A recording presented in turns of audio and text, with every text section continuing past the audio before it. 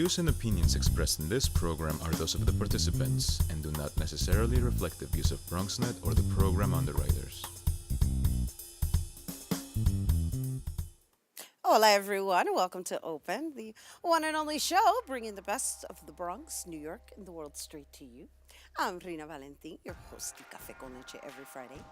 Here's what's coming up in today's show. Leading things off, we learn the meaning behind soul, brilliance, and divine badassery when we discuss this year's DeAlmas Women's Institute Visiones, Women of Color Retreat, as a way of kicking off the new year as a renewed you. After that, we sit down with artist Blanka Amezkua to discuss the inspiration behind some of her most prominent artwork, along with upcoming projects she has for 2019. Then the co-creator of Bronx Night Market, Marco Shalma, along with Bronx native founder Amoris Grullon, sits down with us to discuss the new project, It's the Bronx, and what we should expect from this highly anticipated event showcasing some of the best Bronx creatives. And later on in the show, Bobby C brings us up to date with the latest headlines in the world of sports. And finally, our Open Artist Spotlight features Dilson, a genre meshing artist who will perform later in the show. So sit back y prepárate. All this and more is headed your way because now we are officially open.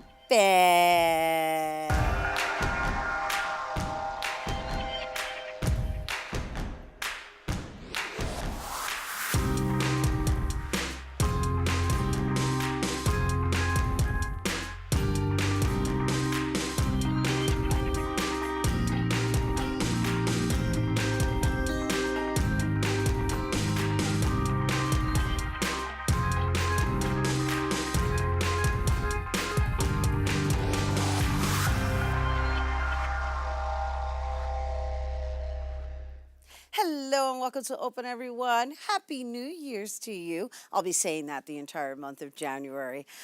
Of course, I'm Rhina Valentin, your host of Café con Leche every Friday. And, always inviting you to get social with us online, that is. You can tweet us and follow us on Instagram at BronxNet TV or like us on Facebook at Open BronxNet Television. And, of course, while you're there, don't forget, follow moi on Twitter, Instagram, FB, Snapchat, Insta Stories at Rhina Valentin. All right, so it's that time of the year again. What time would you ask? Or do you ask, I should say? That's right. It is time for the Almas Women's Institute Visiones, annual Visiones, that is. And they've partnered up with CCADI, and they've come together for this year's 2019 Visiones Women of Color Retreat, Soul, Brilliance, and Divine Badassery. With its purpose being for women to radically awaken, heal, empower, and align with divine feminine spirit. Joining us to tell us more about the upcoming retreat, we welcome the Alma Women's Institute founder and director, Gloria M. Rodriguez. Hello and welcome. Hi, Rhina. Again. I know. Thank you so much for always having me on the show. Well, I think this is an absolutely phenomenal way to bring in the new year. I agree. I think it's important that we introduce it to those who may not be familiar with it and or remind those who are part of it every year that time has arrived. Yeah. To open up the new year, just cleansing yourself of what no longer serves and then renewing it and refreshing it with just these wonderful possibilities that are created within it. I think it's important for us to pass on to whomever's, going through whatever it is that they need to go through to eliminate what doesn't belong. Sure.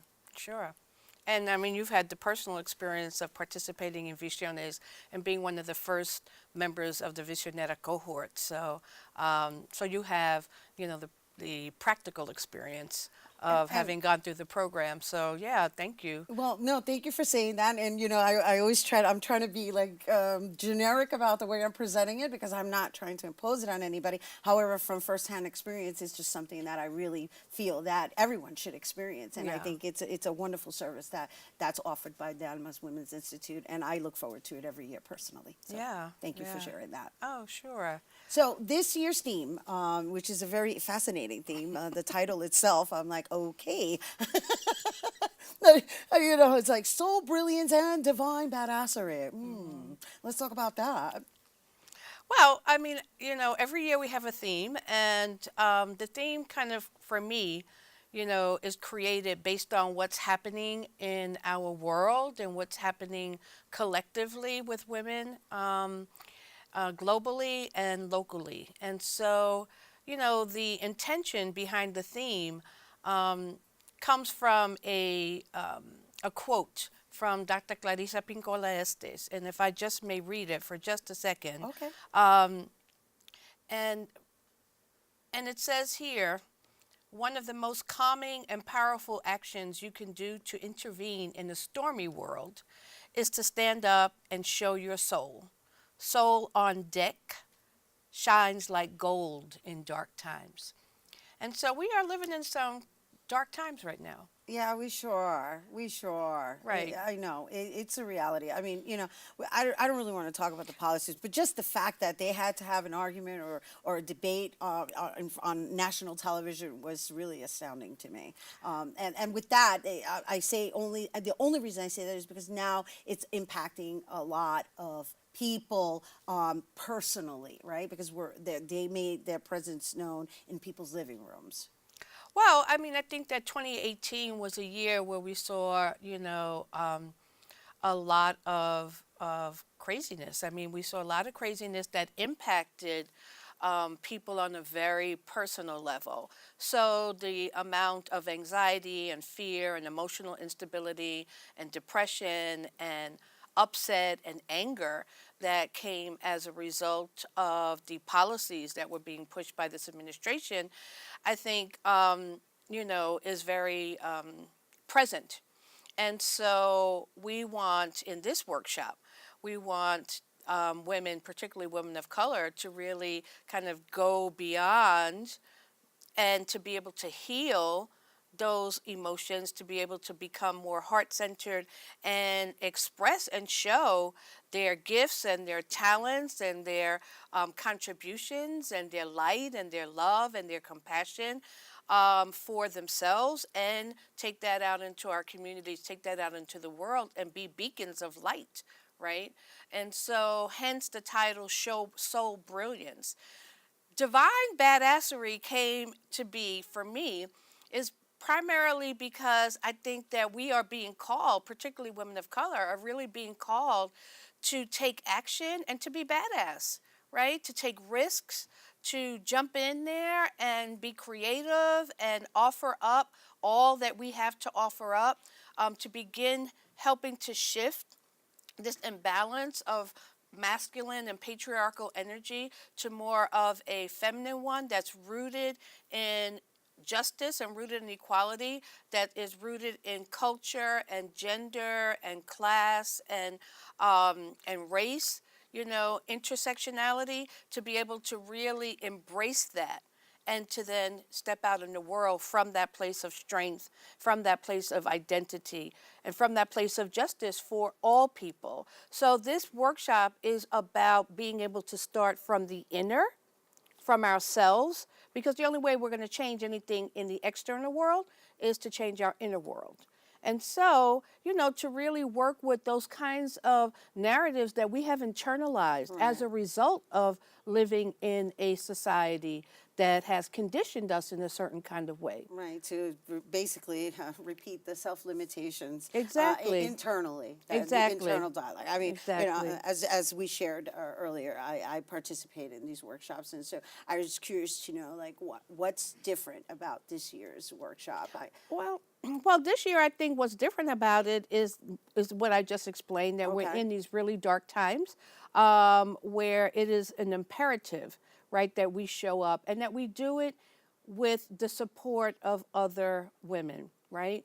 I think that many of us do our own individual work, but we exponentially grow and heal and empower when we are in groups that support one another, that see ourselves in each other, that love one another, that really witness and also encourage each other to move beyond these imposed fears and limitations that we have that we have internalized.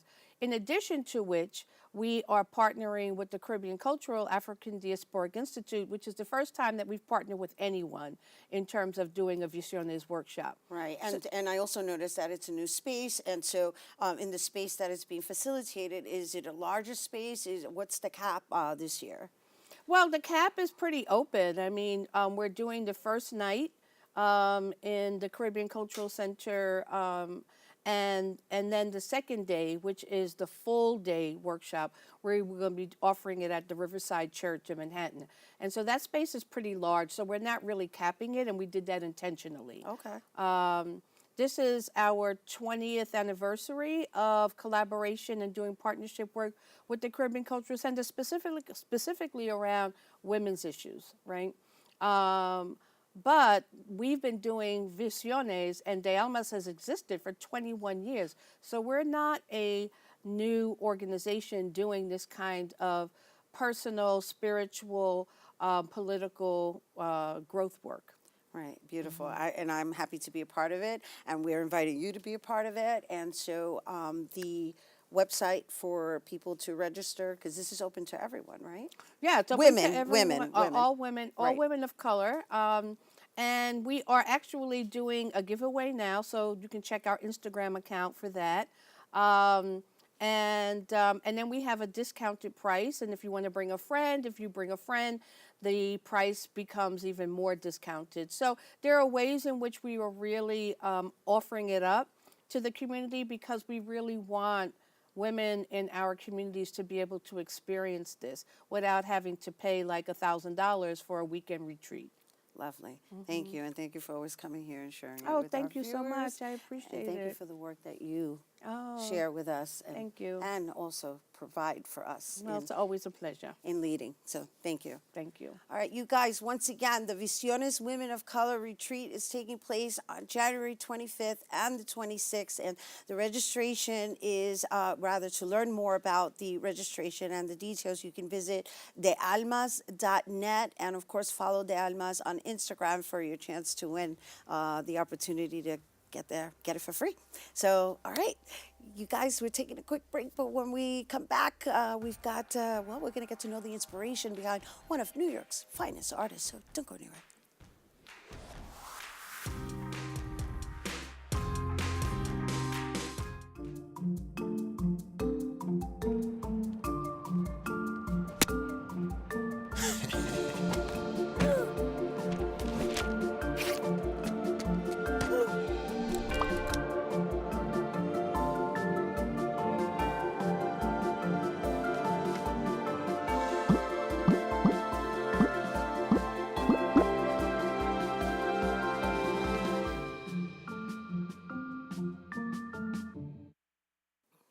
Hello and welcome back to Open, everyone.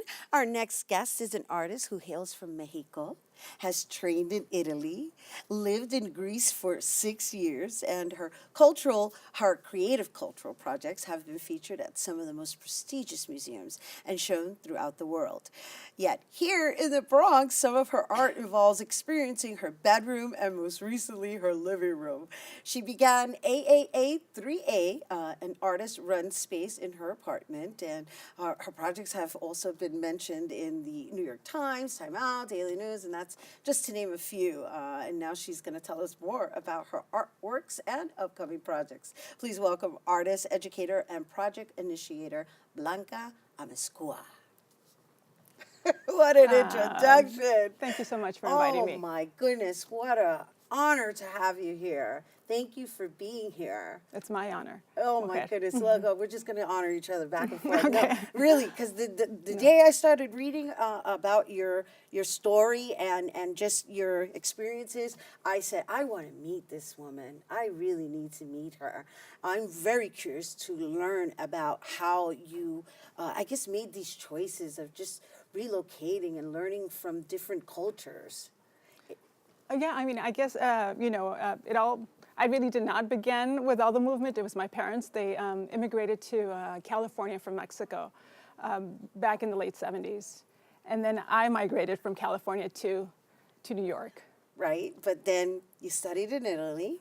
I did. I studied 1 year in Italy, but most of my formation was really in Fresno, California. Right. And then you lived in Greece for 6 years. I know you were bi-coastal, but still, it's Yeah. like, wow, how interesting. What a fascinating thing. And on top of that, your art was also traveling with you. Correct. Yeah, let's talk a little bit about that. Yeah, I guess, as being an artist, there's always that curiosity of like what is in different places and what different places can really offer you. And even though I was gone for 6 years, I had already lived in New York. I came back because I realized that my work needed to be done here. This is where I understood more of the I guess more of the codes.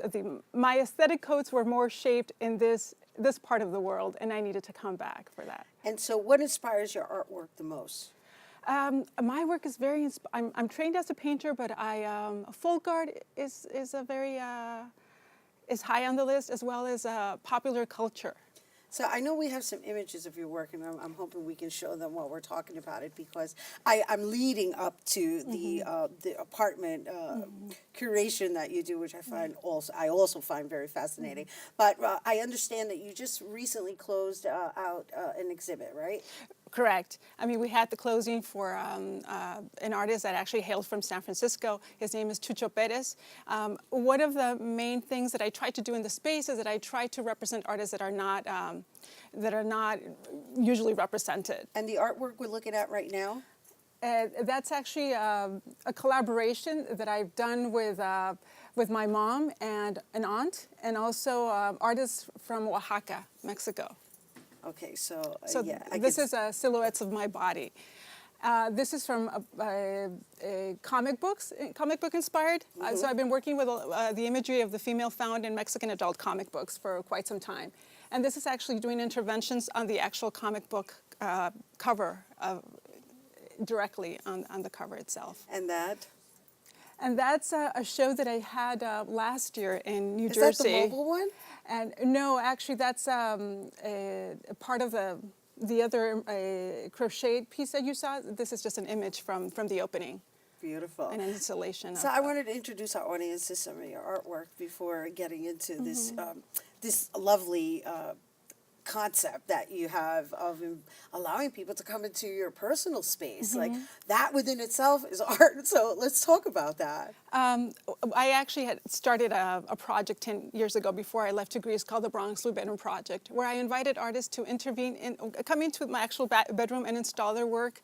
And when I came back from Athens, I really just wanted to have my bedroom back. So can I ask why your bedroom? Why you chose your bedroom? Because it's the most intimate space in the apartment. And so I felt that that actually would raise also a level of curiosity for people to wonder what was in the bedroom. And the bedroom was basically empty. And people would come and install. They were mostly 3D based art. So it was installations, sculpture, and things that really navigated through the bedroom. And they also had to leave a space for me to sleep in the bedroom. So that was part of the agreement. Wow. And in addition to exhibiting, I also asked the artists to cook a meal and to also give a workshop based on the work that they were exhibiting. And all of this was being conducted inside your apartment? Yes. Yes. And so, all right, so that was in the bedroom, but now it's in the living room. Now it's in the living room. Okay, so how did you transition from the bedroom into the living room, or what inspired you to transition?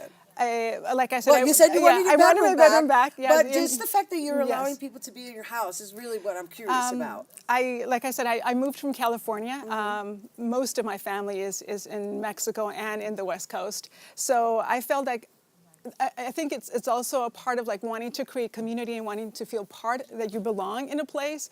And it was very easy for me to just open the home and invite people to come over. And so that becomes part of my community and part of my family well-being in a way. So it didn't seem like it was something that I had to really think so hard about. I felt it was a great way to just sort of have people come over. Instead of me like trying to find people come towards me. And we have a collaboration, and we exchange many things that are probably not exchanged in different spaces in this, because it's done in the intimacy of a home.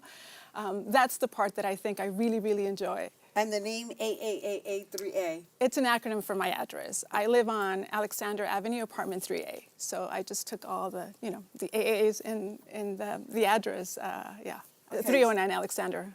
So I guess we just invited thousands of viewers. Absolutely. My home, mi casa está abierta, mi casa es tu casa. So you can come and yes, absolutely. The more the merrier. Hopefully you screen in some form. No, there is no screening. Absolutely no. No, it's open. It's open. It's absolutely open. And nothing has ever happened in my home. And sometimes people say, "Aren't you afraid that things are going to get lost?" I said, "What in the world? No, I just open up the home and beautiful things happen when you do that." I get it. It's the idea is that there's this blessing that's coming into the space Absolutely. through people just appreciating what's on display.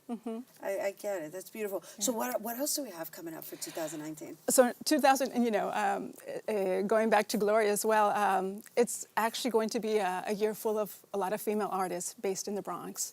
The first one will be Elaine Rodriguez, and she's Dominican American. And followed by hers will be Olga Correa, who is an amazing graffiti artist that nobody knows about in the Bronx. I think she will have her first show in my space, which I'm extremely honored. And then we have Shakima also. So it will be a lot of very, very wonderful work by female artists based in the Bronx. So are they all being exhibited together, or No. or you're rotating it? No, I try to actually have only one artist per show because I really want you to feel the breadth of their work and experience what it's all about. So yes, I sometimes when I do collector works, it's because we're doing a sale or for another reason. But I try to focus on the work of one artist per show. Oh, beautiful. Yeah. And so if someone were interested in being one of your artists, how would they do so? Oh, they can just contact me.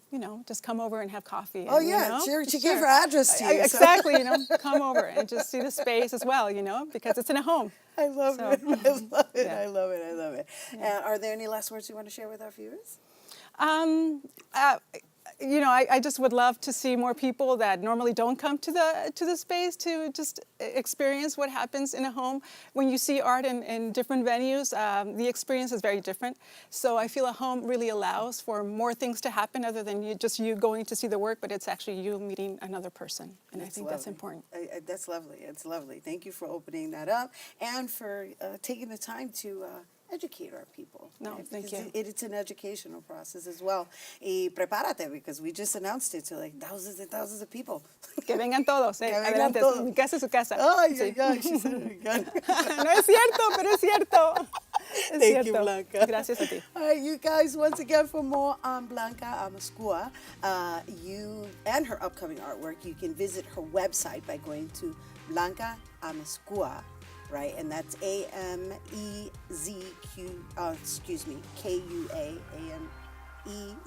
KUA.com. We do have to take a quick break, but when we return, we're going to learn about an event that will shine on Bronx talented creatives. So don't go anywhere.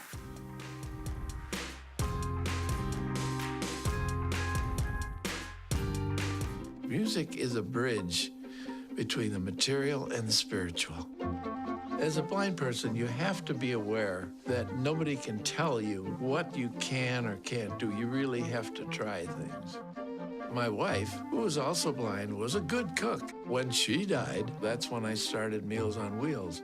My name is Harvey Lauer. America, let's do lunch. Drop off a hot meal and say hello. Volunteer by donating your lunch break at americaletsdolunch.org. Maybe you can make retirement happen. After all, you made this vacation happen. Double points with every purchase? Cleverly merging promotions, Love it. cross-referencing travel sites, and booking all your flights with those. Vouchers. I got us bumped. They were like, oh. But now they're like, aloha. You aced this vacation. Now get the tips you need to get on track at aceyourretirement.org. Hey, welcome back to Open, everyone. Always inviting you to stay connected with us. That's right. Like us on Facebook at Open Bronx Net Television. And while you're there, follow me too at Rhina Valentin. All right, so It's the Bronx is the name of this year's most anticipated event that will showcase the talents and innovative spirits that embodies the borough of the Bronx by way of music, art, and food. And the goal of the event is to shine a light on local talent, philanthropists, and the economically growing community. And joining us to tell us more about this event, we welcome Round 7 founder Marco Shalma and Bronx native founder Amoris Grujong. Hello, gentlemen. What's up? What's up? What's good? I know. How what are is you? good? Unbelievable work you yes, gentlemen are doing. Thank you. Yes, Thank you, yes. thank All you. right. So let's introduce Marco, because Let's do it. Marco, you did an absolutely phenomenal job with the Bronx Night Market. From what I understand, in its debut, about 80,000 people visited this market. Yeah, the first season was great success, and I gotta say kudos to my partner Amanda Celestino from Edible Bronx. You know, together we did something really significant in the borough. But before we go any further, I just want to say something, right? I just want to make sure that everybody at home knows that the camera adds about 100, 150 pounds. Damn. Just make sure we all know that. But yeah. No, I appreciate Because we're going to that. talk a lot about food and stuff, so I just want to make sure that everybody knows that. No, I appreciate that, because then, you know, you just Full disclosure, just putting that out he there. explained a lot for me too. You know, Nah, 'cause nah, when nah, I'm in the nah, street, nah. people go, "Oh my gosh, you're so much thinner in person." I'm like, nah. "Yeah, that's what the camera does. It's all the camera. It's all the camera." No, but seriously, the season itself, right? Because it's 80,000 people, and you had these pop-ups all over the place. And so let's talk about how many of those were presented. The Bronx Night Market, because I know you had the Forum Plaza. Didn't you have something at the Botanical Gardens? Yeah, so the Fordham Plaza, that's a series. That's the main. That's That the was the main series. event. Okay, yeah. that was the And coming back this year, starting in April, like late April, and the Botanical Garden was a pop-up that we did for the winter with the Botanical Garden, of course. You know, a smaller version, a little bit more selective, but let's talk about It's the Bronx. Yes, no, of course we're going to talk about It's the Bronx. I just want to give everybody a heads up on I who know. you are, because it was very trendy and very happening. And yeah. I mean, people out there drinking and at night on the plaza. Nice. It was lovely. It was. lovely. I enjoyed it. It was. I visited a couple And you know, times. this is what kind of led to this idea. You know, like the idea of like doing something so big, you know, and significant in the world of the food, kind of made me think about the idea of like we need something to kind of complement food, which is art, music, entrepreneurs, and that's just kind of like the idea started kind of rolling in my head for a while. We talked to my team at Round 7.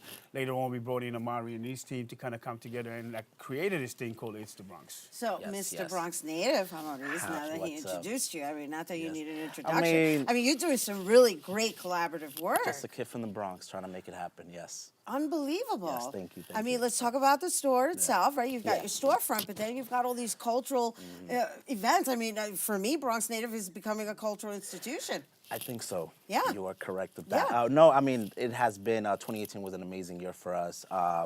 You know, we have the shop, which we utilize as a cultural hub. And we've been doing a lot of cultural events, right? We got the apparel, we got the art, we got the culture, we got the community aspect as well as with everything that we do, right? So, you know, I've known Marco for a minute now, you know, and he came to me with this idea, which was amazing, right? Because I feel like the Bronx is kind of going through a renaissance right now, right? There's a lot of Yes. creativity, there's a lot of entrepreneurship, there's a lot of great things happening, and we're part of that, right? We're doing it up. We host open mics every week. We're doing these events through Bronx Native. We're doing a lot of things through social media. So when he came with this idea of It's the Bronx, I said, you know what?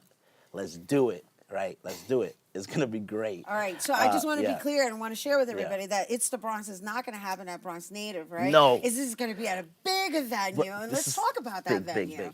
right? Because it's a new building as well, or it's renovated. It's a Yeah. So the story, I used to, you know, one of the days that I walk around like the South Bronx, I went in Port Morris. I went to the Bronx Brewery, which is one of the official sponsors for It's the Bronx, by the way. And walking around the street, and I saw this building being built, massive building, beautiful building. So I snuck in, and I just gave myself a tour around the 7th floor of the building, you know. And when I got to the 7th floor, there was this amazing view that kind of goes all the way to the 360, literally, with big windows. And I thought, I got to do something over here. And, you know, went outside, saw the names on the walls, started calling people and hitting them up, emails and whatnot. And eventually they kind of, you know, they gave up. You know, they said, okay, let's You do mean it. they gave in? They gave in. They Yeah, gave they gave in. Usually they give up, but they gave in. You apparently don't give up, right? Never. That's what I'm talking about. So this is going to have arts, music, and from what I understand, you're still looking for people, right? To present? Or no? So Yes? the way it's gonna go is like January 26th. Right. We're gonna have the preview event, Okay. and that's gonna be like broadcasted live through you guys, BronxNet. Nice. And in that event, we're gonna present about 30 different visual artists and about 25 to 30 musicians. From those people, we're gonna select a few, like about a 10, to go into like a March event, which is gonna be like a bigger presentation of everything. Right. And And that's going to be like a festival, right? Yeah. And that's where, is the food going to be incorporated in January will as be well? Absolutely. Or in March? Oh, you gotta have food. Yeah, gotta of have course. food. No, that Bronx Night Market. You you gotta know? have food. Yeah. You gotta have food. You gotta have good drinks. You gotta have good vibe. Yeah, that's what we're trying to do. So this January event that we're referencing that BronxNet is capturing, how many performers do you have lined up right now? A lot. A lot. Yep. Yep. Ouch. Yep. A lot. So, Yep. But so you have to narrow it down. over 2 dozen of performers, performers going to be presenting some work over there. So and then artists, visual artists, we have over 30.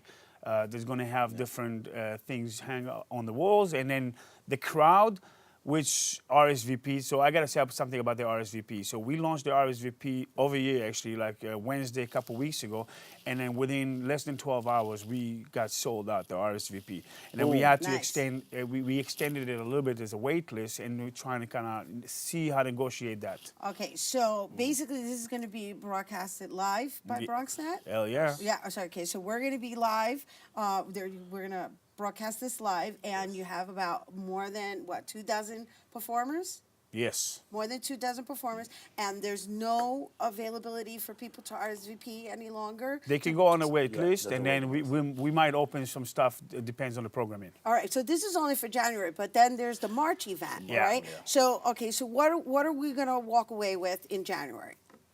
So January, so like he said, there's going to be a bunch of performing artists that are going to be performing, and there's going to be a bunch of visual artists that are going to be showcasing their work. And basically that's going to be, they're going to network, we're going to talk. It's going to be like the preliminary event to the March event. The March event is going to be the A1.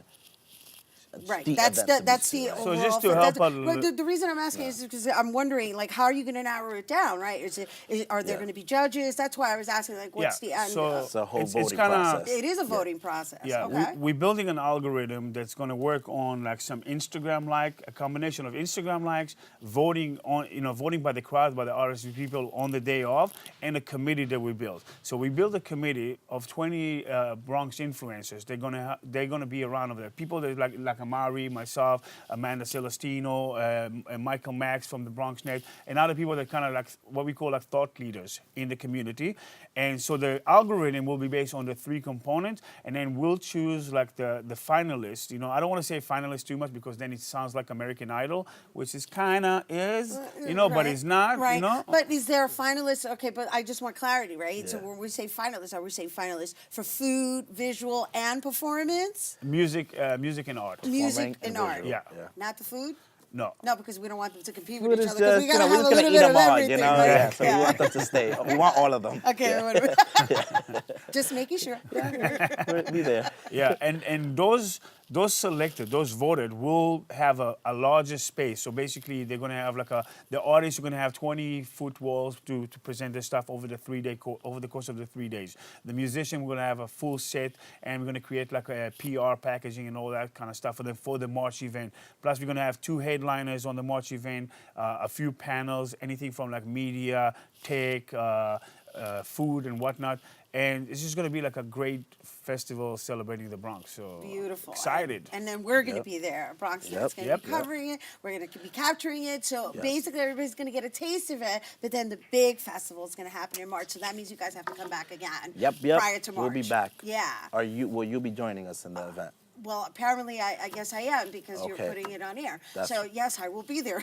I appreciate that. You sound- guys all will be there. Yes, no, Okay. I will be there. Just because you requested me to be there, Awesome. Maurice, Yes, yes. and I'm glad I was able to make it in the RSVP. Yes. You guys, Boom. once again. Boom.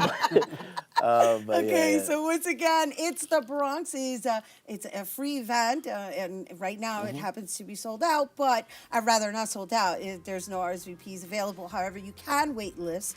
You can get put on the wait list. That is, and it's taking place on Saturday, January 26th, from 12 noon to 8 p.m.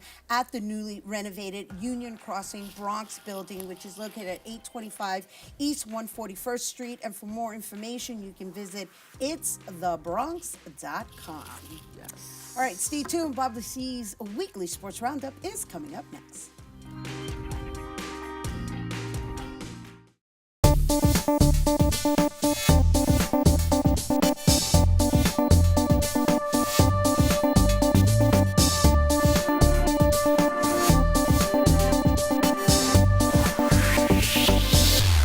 We built a media network for you.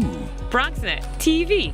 Come learn in your new state-of-the-art studios at Lehman College. At Mercy College. And coming soon to the South Bronx in the Hub. Inspire with your stories, culture, history. Your Bronx on BronxNet. Engage with us. Connect with us at your channels and at BronxNet.tv. Learn, engage, inspire. BronxNet TV. From the Bronx to the world. BronxNet.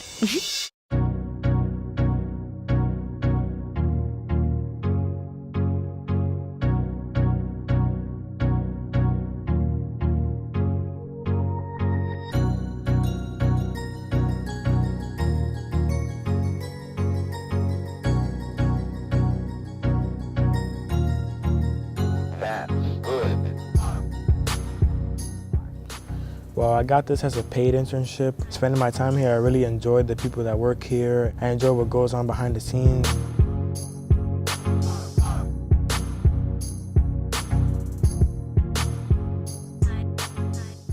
So far, I've learned how to operate a camera, how to host. I learned how to control audio.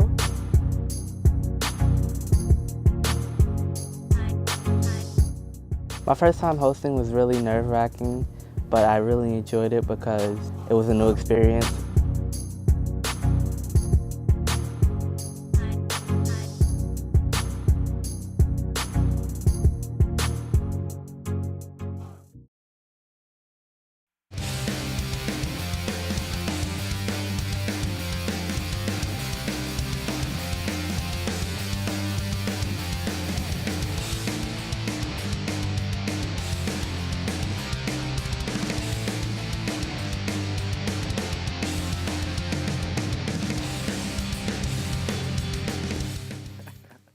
I've gotten plenty of kudos of late for my top 10 list. We did the top 10 sports stories of 2018, the top 10 sports predictions of 2019, and today we'll change it up and I'll give you the top 10 sports icons in New York City history. Start spreading the news. We will work our way backwards to number 1. Coming in at number 10, Jackie Robinson. There wasn't a player as important as Jackie. He's the man who went out and broke the color barrier in baseball. That challenging feat changed the course of history. Robinson's greatness and bravery and persistence paved the roads for so many after him. Without Robinson, sports as we know it today wouldn't exist. Robinson's skills on the field were top-notch as well. Part of the Brooklyn Dodgers, he spent 10 years contributing to one of New York's greatest franchises. His career average of .311 complements the 197 bases he stole, 137 home runs he hit, and 947 runs he scored. Robinson won a World Series title in 1955 and the National League's MVP award in 1949. Today, Robinson's number 42 is retired league-wide as a sign of respect for his heroics. We move from Brooklyn to Queens and the 9th spot. There's one New York Mets player who has to be featured, Tom Seaver. Seaver is the greatest pitcher in the history of the organization. During the 12 years he spent with the Amazons, he won 198 games and 3 Cy Young Awards. His 2.57 ERA was proof of how he was able to control a game with his command. The Mets have had a lot of pitchers come through the doors over the years, but none was quite like Seaver. He was part of the Mets' inaugural championship in 1969, winning 25 games that year, the Miracle Mets. Walt Frazier defined style in the Big Apple as one of the best point guards in the history of New York basketball. Frazier steered the ship during the Knicks' championship quest in 1973. His career averages are very respectable at 18.9 points, 6.1 assists, and 5.9 rebounds per game. Frazier's legacy, though, in New York City goes further than the stat sheet. He was part of the last Knicks team to win an NBA title. These days, Clyde spends his time wearing unconventional suits and serving as arguably the best color commentator in pro hoops. Clyde is 8th on my list. Derek Jeter spent 20 seasons playing shortstop for the New York Yankees. The captain ended his illustrious career in the big leagues with 3,465 hits, a .310 career batting average, and 5 Gold Gloves. More importantly, he was a winner. Jeter won 5 World Series titles and played in 7 Fall Classics. In an era intertwined with steroids, Jeter was a beacon of light. There may have been better Yankees statistically speaking, but few will be remembered like Jeter. Jeets is 7th on my list. At number 6, the cutter. Mariano Rivera. Mo's dynamic cutter and control from the mound allowed him to play for 19 years in the Bronx. Building a Hall of Fame resume on the back of 5 championships, Rivera walked away with 1,173 strikeouts, 652 saves, and a career ERA of a measly 2.21. There may never be a closer quite like him again. Rivera blew only 80 saves during his entire career. That ratio is staggering. That means 89.1% of the time he got credited with a save. The Sandman takes my 6th spot and foreshadows many more pinstripe legends to come. Do you want to strike fear in the hearts of men? Our next athlete did just that. Back in the 80s and early 90s, all you had to say was 2 letters, LT. To this day, Lawrence Taylor is the most disruptive and aggressive defensive player in NFL history. He changed the outside linebacker position and did it all wearing the New York Giants blue. Taylor's 132.5 sacks may be the second most in Giants history behind Michael Strahan, but that doesn't mean he wasn't the most commanding player in team history. Many who watched him play would tell you that LT was the greatest defensive football player to ever live. 2 Super Bowl rings later, and Taylor is number 5 on my list. Coming in at number 4, the Mick was the epitome of baseball in the Bronx. He was 5'11", 195 pounds of sheer power. During his 18 seasons in pinstripes, Mickey Mantle blasted 536 home runs, knocked in 1,509 RBI, and finished his career with a .298 batting average. He won the Triple Crown in 1956, 3 MVP awards, and capped it all off with 4 straight seasons as the #1 ranked player in WAR, wins above replacement, a stat used today. Of all his accolades, that could be the most impressive one in today's scope. He'll be remembered most for mythological home runs and for playing in 12 World Series and winning 7. But at the end of the day, Mickey Mantle will be remembered as one of the greatest players in New York sports history. Joe DiMaggio was a 9-time World Series champion. He hit 361 home runs during his career and won 3 American League MVP awards. When he hung up his cleats, his .325 batting average put him into a tie for 3rd place in franchise history. And there was that 56-game hitting streak too. Joltin' Joe had so much going for him during his prime. He won a lot. He built a Hall of Fame legacy, and he even had songs made about him. He also married Marilyn Monroe. Not too shabby. DiMaggio is a vibrant, immortal piece of sports history. Lucky for everyone who lives in New York, he did all of those great things in pinstripes. DiMaggio's final season, 1951, was Mantle's first. How about that transition in center field in the Bronx? Joe D takes number 3 on my list of greatest sports icons in New York history. At number 2, the Iron Horse. The first baseman of the Yankees between 1921 and 1936 did remarkable things. Lou Gehrig could really only play second fiddle to the man that rests at number 1. More on that in just a moment. Before his career and life were cut short due to ALS, which is commonly referred to as Lou Gehrig's disease, Gehrig hit 493 home runs and 1,995 RBI and walked away with a .340 career batting average. He hit for average, he swung for the fences, and he did it with grace. A Triple Crown win in 1934 was the pinnacle of his on-field success. Fans of the game should do themselves a favor and immerse themselves in his stats. He drove in 174 RBI in a season, not once, but twice. Yeah, 174 is great, but Gehrig topped that in 1931 when he batted in 185. Had his career not been cut short, maybe he'd be number 1 on this list. Nonetheless, no one will ever forget the man. He's an all-time cultural icon whose character and will to fight stand the test of time. and the #1 sports icon in New York City history, in my book at least, the great Bambino. Arguably the greatest baseball player to ever walk the planet, an ex-Boston Red Sox pitcher who was converted into the best power hitter the game has ever seen. Ruth launched New York and the Yankees to places it had never seen before. His 15 years in pinstripes produced 659 career home runs, 1,978 RBI, 2,518 hits, and an astounding slugging percentage of .711.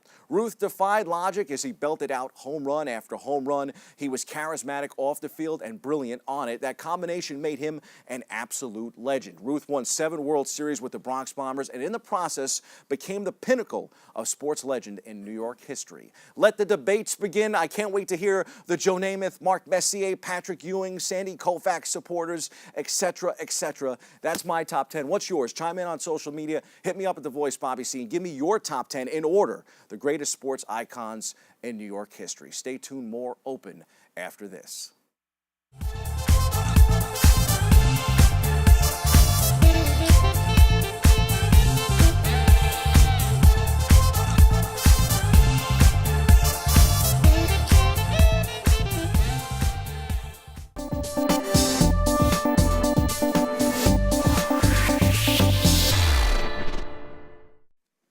Hello and welcome back to Open, everyone. Our last guest is an extraordinary individual from the Bronx that is, well, he's all about using his talents to bring political change in the community. And joining us to tell us more about himself and his work for the Bronx and abroad, please welcome Dilson. Hello, Dilson. Hello. Welcome back, I should say. Happy New Year to you, my friend. Happy New Year to you, too. Oh, my Thank goodness. you for I'm having me so, again. we're Appreciate so excited to have you here, really. And as you know, we were speaking prior to getting on air, and I just want to share with everyone, you know, as far as yourself being, you are Open Artist Spotlight, and you are talented in the realm of music, and you play different instruments, right? What are the instruments you play? Guitar, piano, harmonica a little bit. Drums, I dabble. I'm not that great, but still. It's all right. It's all good. But you mentioned this, so yeah, he plays drums too. Just tight. Right? So, poquito. And so you're also a spoken word artist, and then of course you sing, right? And I'm sharing all of this with you guys because his choice of work or his line of work is what fascinates me the most about Dilson, and you can share with everyone why it is that you've chosen to take that path. Let's share with them what it is first. Right. So first and foremost, I work with an organization called Friends of Island Academy, and we're basically an organization that advocates and supports youth who are incarcerated all throughout our 5 boroughs, or also youth who have been involved in the justice system in whatever way. So they don't have to be incarcerated for us to actually work with them.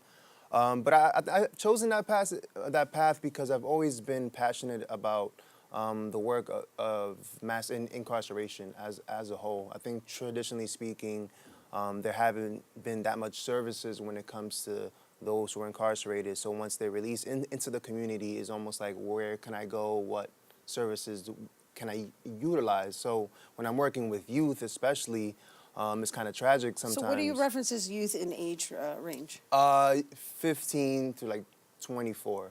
So I mean youth in regards Yeah, to like no, I just want to be teenage clear. years. Right. And then how long have you been doing this now? Because you've been doing this a while, right? Not too long. It's probably 2 years, just about. Yeah, but prior to that, you were doing something else with the institutions. Right. I was hosting hip hop workshops at Rikers Island. Right, and so the point is that it's your path in, I guess, providing a space of hope for these individuals who may feel somewhat, I guess, displaced. Right, because I think coming back music into society. resonates with everybody. Right. And especially our youth. So if we utilize it in a way that gets them involved and makes them think about their communities and themselves a bit more, they could use it, and who knows where they could take it, you know. So, developing yourself as a musician, did you ever see yourself being in the mainstream, or did you know that you wanted to use it for lack of a better word, to heal people? Because I mean, even though music is healing technically, I mean, I shouldn't say that, but I say you're directly, engaging with a certain community that can really use the healing on a personal note. Right. I think I've always kind of viewed it as both. I've always wanted to showcase my art in such a way that's this is what I do, and I hope you guys enjoy it. But at the same time, I think artists should be held accountable in reaching out to their fans, so to speak, or even their people in their community, and engage in that art and seeing how they could possibly utilize it in their own personal lives and for the sake of growth. And yeah, I think it's always been a both sides of the spectrum. Well, of course, as an artist. And so before we go, and before you perform for us, I should say, because we're going to get a taste of his performance, yes. Is there a particular story or a certain individual that has touched you in seeing your work impact? I would say my own family members, even though a lot of my family hasn't really seen me perform. I think this next song, which I'm about to perform, speaks on like those who come from DR who migrate to this country and experience that this country is not really all flowers and rainbows like they all thought it would be, and traumas that go through that, that come with that. So I think the stories that my family members have shared with me inspired this next song, and it has always kind of resonated with me and always made me want to channel that art a bit more and just push it forward and keep it moving. So I'm assuming the name of the song is Somewhere Over the Rainbow? Possibly. I know, No, I couldn't it's help not. myself. I couldn't help myself. No, on a serious note, it's lovely that you've been inspired by your move, or I guess the family's transition into America, right? Yeah, definitely. Yeah, and so what do you want to leave everybody with?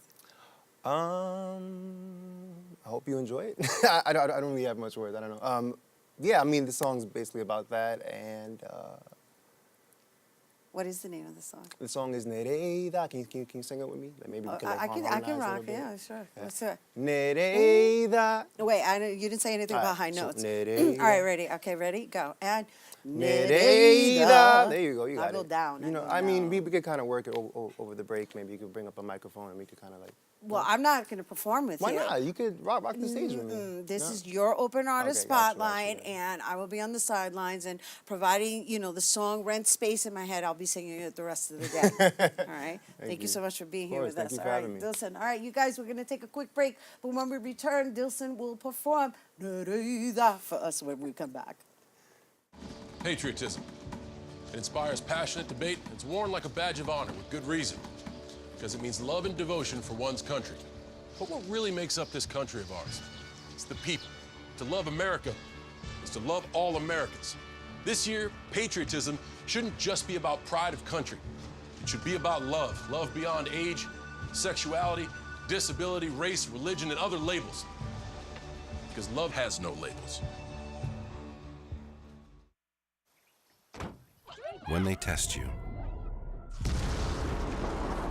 stand firm and move only when you hear the seatbelt click that says they're buckled in for the drive. Never give up till they buckle up. Hello, and welcome back to Open. It's now time for this week's Open Artist Spotlight.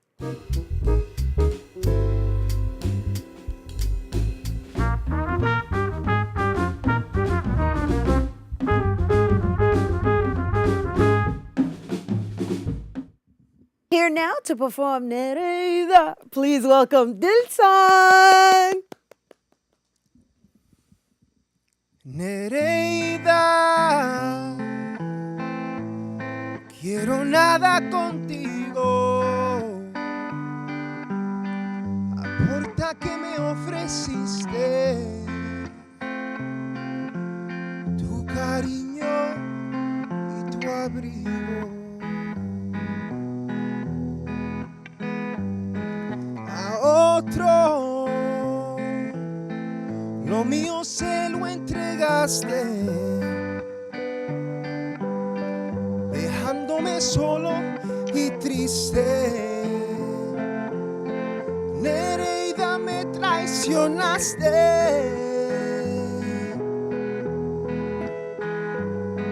Por siempre en este mundo viviré, sin amor y sin cariño.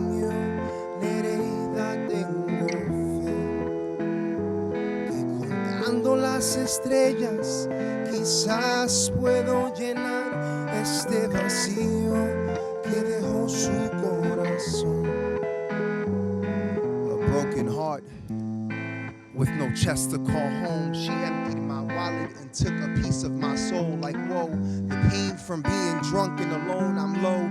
Refrain from calling her drunk on the phone. I know I'm a mess when I drink, gagging up my dignity hung over the sink. I'm sick and sink into the dark abyss when I think of what I've done to my wife and kids. I ain't left my country, my kin, my pride, my blood, all cause this chick had me thinking things were different in this country where dreams sleep in bliss. Well, get me a job at least, cause my last name can get no pay in this país. My resume, they see Sanchez written on the sheet and believe I'm better off in they house swiping toilet seats. And this the price I pay for getting this doctorate degree. Empty pockets and now these demons are following me. Cause I can't walk in peace, cause on my way to see Nereida me reprenda la violencia of these ghetto streets. I'm trying to dodge the heat as locals come and flash their piece. And I can't even tell if it's the gangs or the police. Lives deceased, I tell Nereida, listen please. But all she ever wants to do is get inside my jeans. Pa pagar su renta, me dio cuenta la manera embutera de esta nena traicionera. Vende patria, falsa bandera, en tus ojos no brilla el símbolo de sus estrellas. Damn, pasa la botella and the brew pa que blank out la memoria de su skin that's white. Her eyes are blue, the red stripes on her dress are a tease to make a slave out of you. God bless Nereida. Que la pague Nereida por todo lo que me hizo, por ella ser traicionera, por siempre en este mundo viviré sin amor y sin cariño.